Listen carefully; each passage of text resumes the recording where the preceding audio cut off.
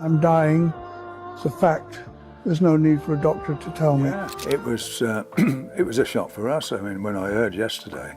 When news broke that Ozzy Osbourne had passed on July 22nd, nobody wanted to believe it. Fans were stunned, the music world went silent, and even those closest to him were left reeling. What made it harder to process was the fact that Ozzy had just been on stage a couple of weeks earlier on July 5th at Villa Park in England, performing with his Black Sabbath bandmates like old times.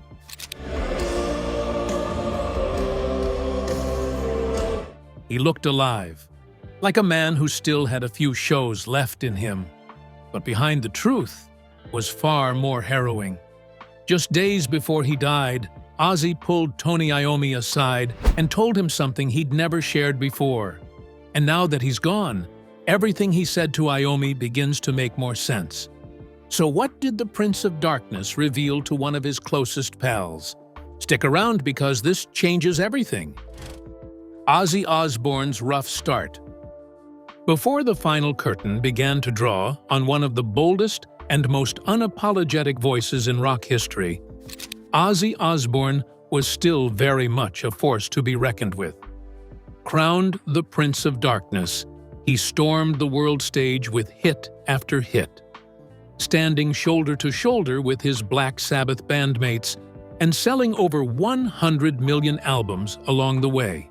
But through all the chaos, the fame, and the legendary antics, one person had remained by Ozzy's side for an incredible 57 years, Tony Iommi. And so, when the end felt near, it made perfect sense for Ozzy to open up to the one man who had been there from the very beginning. Tony wasn't just a bandmate, he was a brother, a witness to the full arc of Ozzy's life. From lost boy to rock god. And what Ozzy shared with him in those final days was nothing short of heartbreaking. So what was shared with Tony Iommi? Keep watching to find out. Long before the world came to know the legend, Tony had already met the boy behind the stage name. Back then, he was just John Michael Osbourne, a troubled kid with no real direction, growing up in the working-class streets of Birmingham. The world would come to know his genius later. But Tony saw him first, before the roller coaster of addictions, women, and rehabilitation that would soon become Ozzy's life. Ozzy was born on December 3, 1948, at the maternity hospital in Marston Green, which was part of Warwickshire at the time. He grew up in Aston, a gritty, no-frills area in Birmingham, surrounded by the kind of life that didn't make dreams easy to chase. His mother, Lillian, worked in a Lucas factory, and, while she was Catholic, religion didn't play a major role in their home. His father, Jack, worked night shifts as a toolmaker at the General Electric Company, doing what he could to provide. The Osbournes lived in a tight, two-bedroom house at 14 Lodge Road, squeezed in with three older sisters, Jean, Iris, and Gillian, and two younger brothers, Paul and Tony. With 7 people under one roof, there was little room for peace or privacy. But somehow, in the middle of all that noise, young John carved out his own identity. He earned the nickname Ozzy as a child, and that name stuck. School wasn't easy. Ozzy dealt with dyslexia, which made reading and writing a daily struggle. His thick Birmingham accent didn't help either. Some called it hesitant, but it simply reflected the rough-around-the-edges environment he was raised in. Things took a darker turn when he was just 11. He later revealed that he was taken advantage of by school bullies, an experience that left a deep mark on him. As a teenager, he went through an incredibly difficult period emotionally and admitted to struggling with thoughts of ending it all. But even in that darkness, there were flickers of something brighter. Surprisingly, Ozzy found a bit of light in the school theater. He performed in plays like The Mikado and HMS Pinafore, early moments where he first stepped into a spotlight. And then, everything changed when he heard the Beatles. He was 14 when She Loves You hit the airwaves, and it lit a fire in him that never went out. Years later, in the documentary God Bless Ozzy Osbourne, he said the Beatles made him realize he was going to be a rock star for the rest of his life, but that dream still felt far off. At 15, Ozzy left school and started doing whatever work he could find, laboring on construction sites, trying his hand at plumbing, tuning car horns, and even working in a slaughterhouse. None of it stuck. By 17, he made a bad choice and got caught stealing from a clothing shop. He couldn't pay the fine, and his father refused to help, hoping it would teach him a lesson. Ozzy ended up spending 6 weeks behind bars in Winson Green Prison. That moment could have broken him, but instead, it hardened his resolve. It gave him stories to tell, pain to pour into lyrics, and a reason to escape the life that had nearly swallowed him whole. And through it all, before the fame, during the madness, and even near the end, there was Tony Iommi, the only person who knew Ozzy before the world did, the one who understood just how far he'd come and how much he had carried. So when Ozzy found his voice and finally stepped into the world of music, it wasn't by chance that Tony was right there with him. What began as two boys trying to survive Aston's gray streets quickly turned into something much bigger, something darker, something legendary. The making and the success of Black Sabbath. By late 1967, something was already stirring in Birmingham's underground music scene.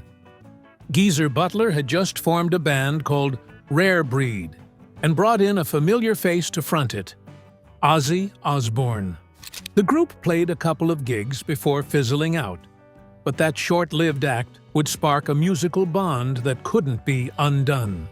Not long after, Ozzy and Geezer gave it another shot, this time as Polka Tulk Blues. With Tony Iommi on guitar and Bill Ward on drums, the band had found its missing pieces. They briefly called themselves Earth, but after being booked by mistake for another group with the same name, they knew it was time for something new. In August 1969, inspired by a horror film poster outside a cinema, they chose a name that would echo through music history, Black Sabbath. They quickly realized something strange. Audiences loved being scared, so they leaned into the darkness. Their sound became heavier, spookier, more intense. One night, Geezer read an occult book and claimed to see a shadowy figure at the foot of his bed. When he told Ozzy, they turned the fear into a song, Black Sabbath. And just like that, a genre was born. Their US label, Warner Brothers, didn't put much behind their debut album. It didn't matter. Fueled by Iommi's monstrous riffs, Geezer's chilling lyrics, Ward's pounding drums, and Ozzy's haunted wail, their self-titled record and its follow-up, Paranoid, exploded. Critics didn't know what to make of them, but fans? Fans couldn't get enough. Ozzy would later laugh, saying the music didn't win over many women, but the crowds kept getting bigger. Somewhere in the middle of all this madness, Ozzy met Sharon Arden, the sharp-eyed receptionist at her father Don Arden's management company.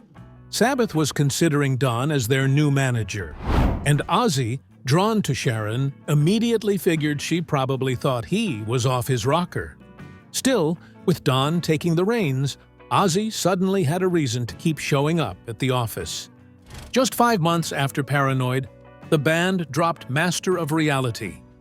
It went gold in under 2 months, hit the top 10 on both sides of the Atlantic, and later earned a place on Rolling Stone's list of the 500 greatest albums. Not bad for a record critics originally trashed as naive and repetitive. In 1972, Volume 4 arrived to mixed reviews, but fans didn't care. It sold like wildfire. Then came Sabbath, Bloody Sabbath, a turning point. Critics finally got it. Rolling Stone called it a complete success. Years later, AllMusic would name it a masterpiece. Platinum sales followed, again. But behind the scenes, things were starting to splinter. Sabotage, 1975, earned praise, with some calling it their best since Paranoid. But the chemistry was cracking. By technical ecstasy, in 1976, it was clear the band's magic was fading. Critics noticed, fans felt it. All Music later said the band was unraveling at an alarming rate. By late 1977, Ozzy had enough. He stepped away to start a solo project called Blizzard of Oz, a name his dad had thrown out years before. He brought in members of Necromandus, an old support act from the Earth days, and got to work. For a moment, it looked like Ozzy was finally writing his own story. But Sabbath wasn't ready to let go. They asked him to come back, and he did. The band headed to Toronto to record Never Say Die, but the sessions were a mess. Iommi later admitted they were in bad shape, too burnt out to focus, too high to function. They'd show up, stumble through takes, crash, and try again the next day. It was chaos. The album dropped in 1978, and Sabbath hit the road with Van Halen as the opener. The contrast was brutal. Van Halen was young, fresh, electric. Sabbath looked tired. Critics noticed. So did fans. On December 11, 1978, in Albuquerque, New Mexico, Black Sabbath took the stage with Ozzy for the last time in 7 years. It was the end of an era and the start of another, because as the stage lights dimmed on that chapter of his life, a different kind of chaos waited off stage. One with no amplifiers, no roadies, just real people, real pain, and relationships that would shape him just as deeply as the music ever did. The women who survived Ozzy Osbourne. Before the world knew him as the Prince of Darkness, Ozzy Osbourne was just another young man chasing a dream. Long before fame, controversy, or chaos, he married Thelma Riley and adopted her son, Elliot. They met during a night out. Ozzy had noticed her across the room, thought she was beautiful, and dragged her onto the dance floor. A year later, in 1971, they were married in a registry office. At the time, Ozzy believed that was simply how life worked. Make some money, find a woman, get married, settle down, and hit the pub. Together, they had 2 children, Jessica in 1972 and Louis in 1975. Ozzy was still grinding for his big break, and money was tight. The marriage stumbled along under the weight of financial struggles and personal demons, limping through 11 difficult years before finally ending in 1982. Thelma faded from the spotlight after the divorce, but Ozzy did not. In fact, that very same year he married Sharon. Their story hadn't started with romance. Sharon first entered Ozzy's world back in 1970, when her father, Don Arden, was managing Black Sabbath. Almost a decade later, after Ozzy was fired from the band due to drug use, Sharon stepped in as his new manager. They began dating even while he was still legally married. And by July 1982, with his divorce finalized, Ozzy and Sharon tied the knot in Hawaii. It didn't take long for things to spiral.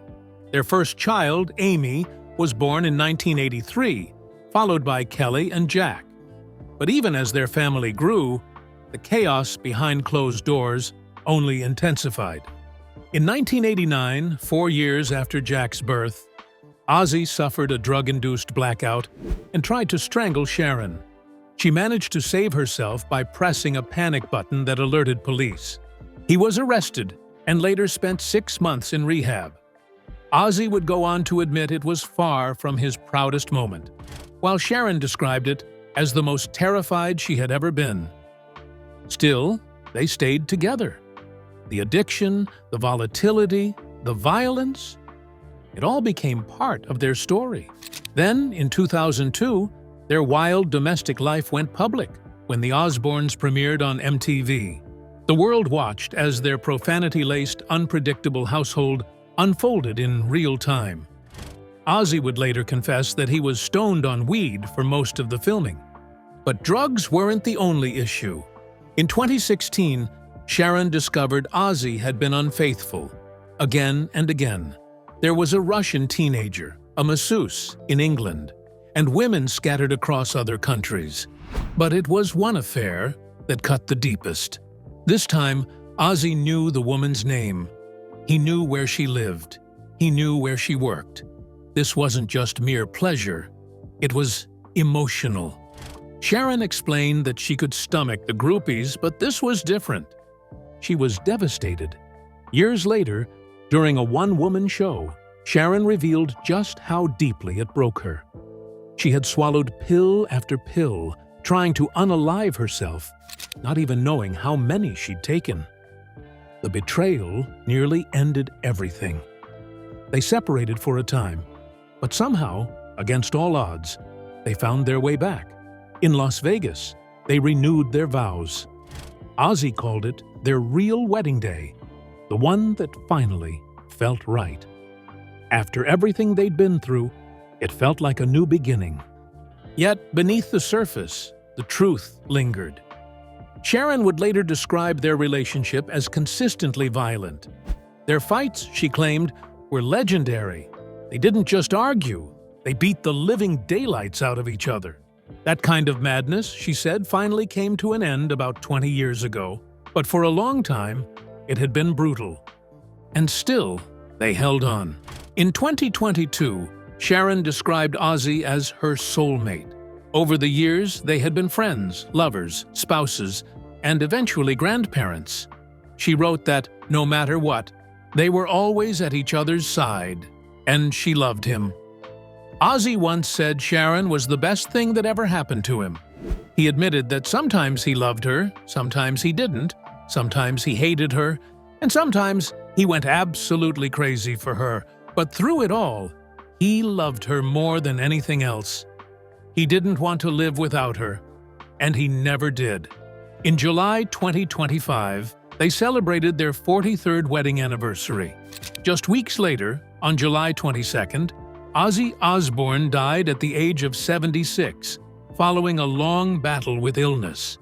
He passed away at home, surrounded by family, wrapped in love, and holding tight to the woman who had never let go.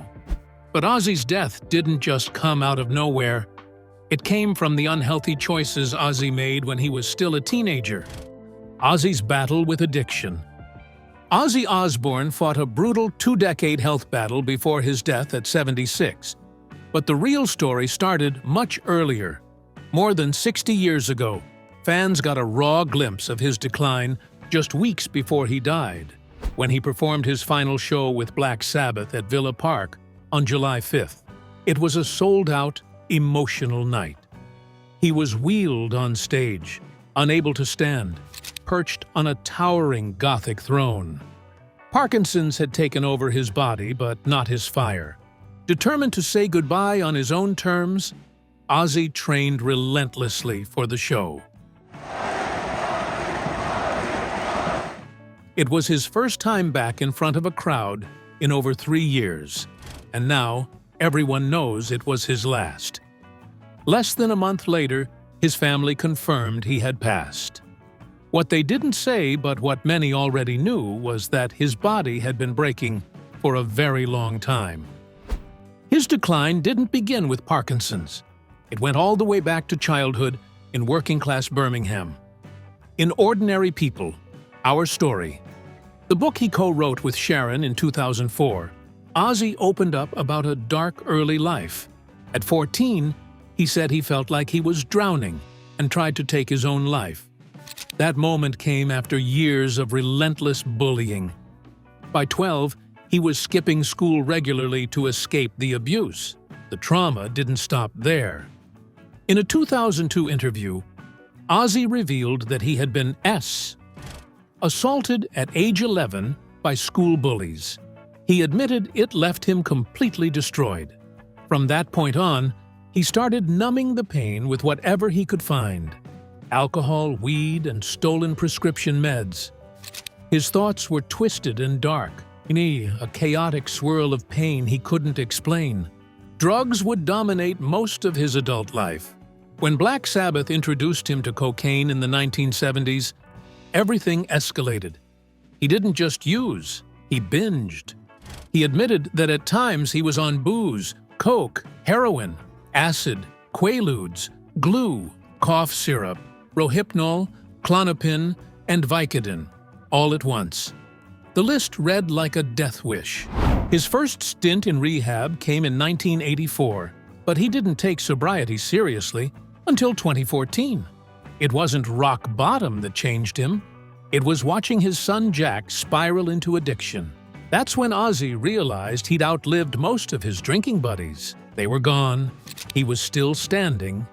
Barely. His Parkinson's diagnosis came in 2003, but he didn't go public until 2020. Sitting beside Sharon on Good Morning America, he explained that a neck surgery had damaged his nerves, and doctors eventually diagnosed him with a mild form of Parkinson's. He struggled to get the words out. Sharon stepped in, clarifying that it was a form called Parkin 2. She told viewers it wasn't a death sentence, but it did attack the nervous system. Good days would come, but so would bad ones. That same year, just months after the diagnosis, Ozzy suffered a devastating quad bike crash at his Buckinghamshire estate. He broke his neck vertebra, his collarbone, and 6 ribs. Surgeons placed metal rods in his spine. 16 years later, in 2019, another fall at home knocked the rods loose. That fall changed everything. The injury left him in constant agony. In an interview with Rolling Stone UK, he said the second surgery went horribly wrong and left him virtually crippled. He had expected to bounce back after the third operation. Instead, he could barely walk. Doctors also discovered a tumor in his back and had to remove it during surgery. Around the same time, Sharon revealed that he had been hospitalized with flu complications. He canceled multiple tour dates, including the entire UK and European leg of No More Tours 2. From 2023 onwards, his life was ruled by back surgeries, rehab sessions, and pain management. He was moved to a specialist in Los Angeles to work on standing for short periods and regaining balance. It was all for one goal: to make it on stage with his band one last time.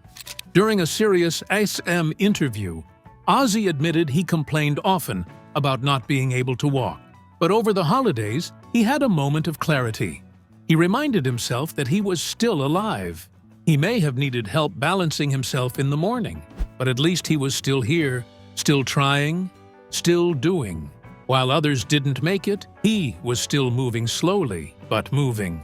By July 2025, the end had arrived. And yet, even in death, Ozzy left behind the same chaotic, raw, and unforgettable spirit that defined him from the beginning.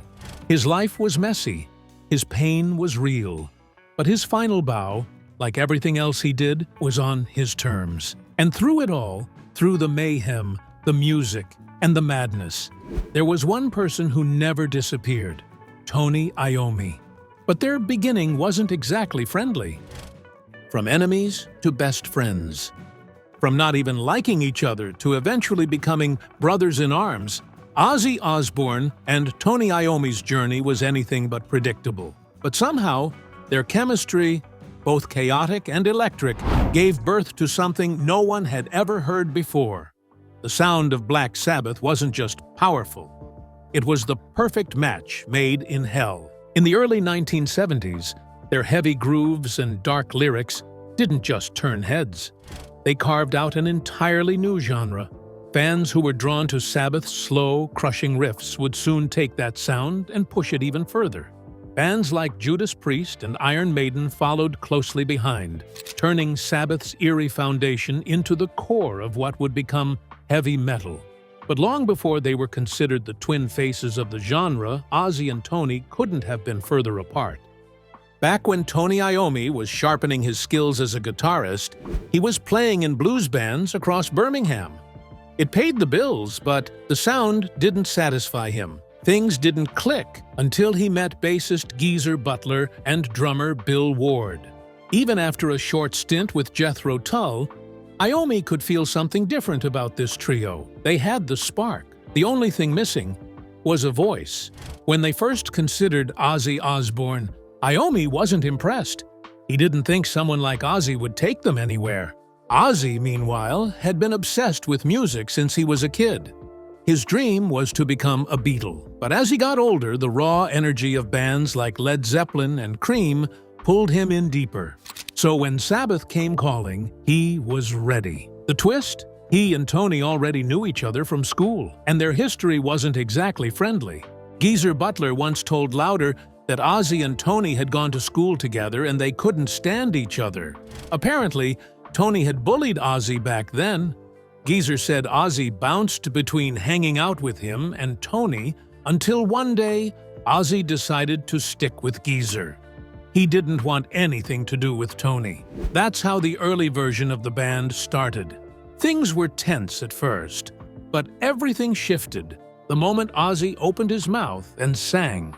No one could always tell what he was saying, but there was no mistaking the raw emotion in his voice. Ozzy didn't just sing the lyrics, he poured his soul into them. On songs like War Pigs, it sounded like he was narrating the end of the world. Over time, the tension between Ozzy and Tony gave way to something that resembled admiration. Ozzy began to lean into Tony's riffs for inspiration. If he couldn't figure out a melody, he'd just sing the riff out loud. That became part of their magic. You can hear it clearly in tracks like Iron Man and Hand of Doom, where everyone in the band locked in on the same heavy hook. Ozzy might not have been a musical genius in the traditional sense, but he didn't need to be. The second he stepped on stage, everything changed. He transformed. Fans didn't just see a frontman. They saw a wild, unchained force. Like a lunatic let loose under the stage lights, that's where he earned his title, the Prince of Darkness.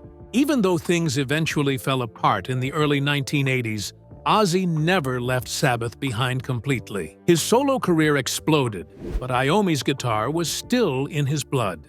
Just listen to his live album Speak of the Devil. It's filled with Sabbath tracks, played loud and proud like they never left him. They may not have always seen eye to eye off stage, but it doesn't matter. Ozzy and Tony built something bigger than both of them. Together, they created the sound that launched a genre. And whether they liked it or not, their names would be forever etched into the foundation of heavy metal.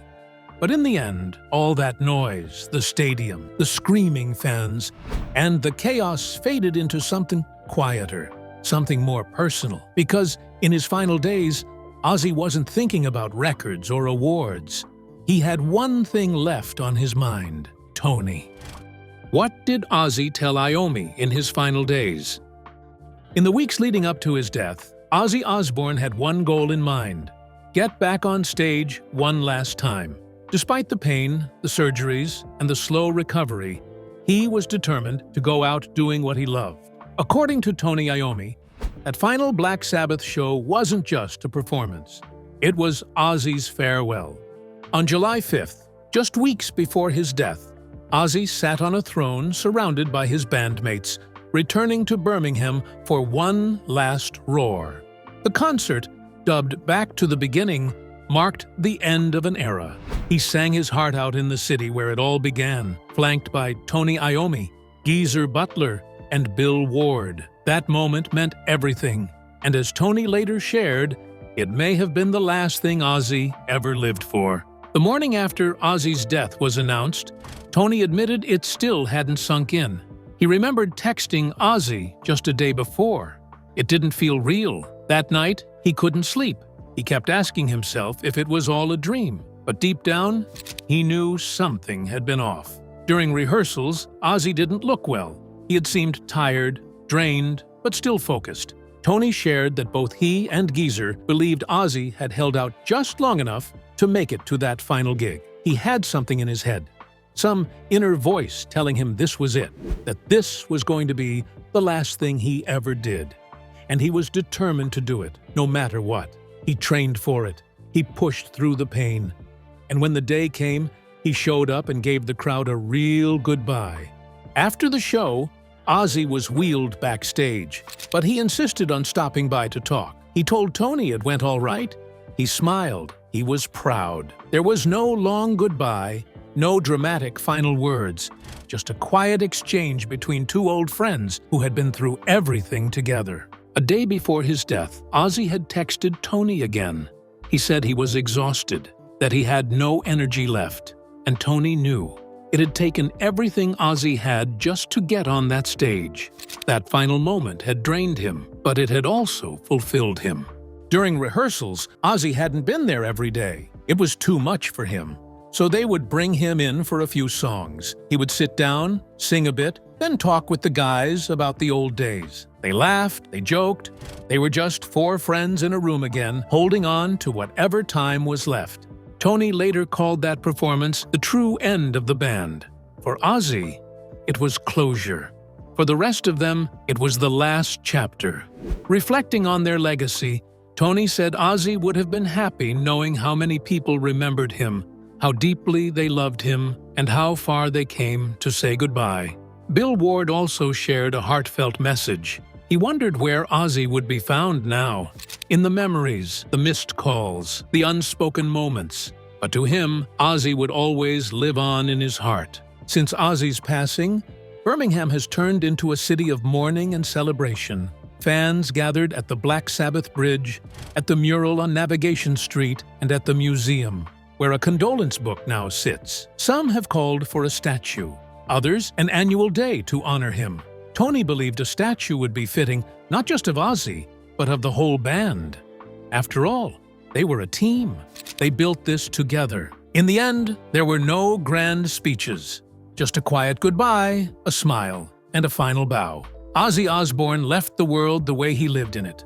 Loud, legendary, and completely on his own terms. What Ozzy Osbourne song is your all-time favorite? Share your thoughts with us in the comments below. Don't forget to like, share, and subscribe. Also, click the next video shown on your screen. You will enjoy it.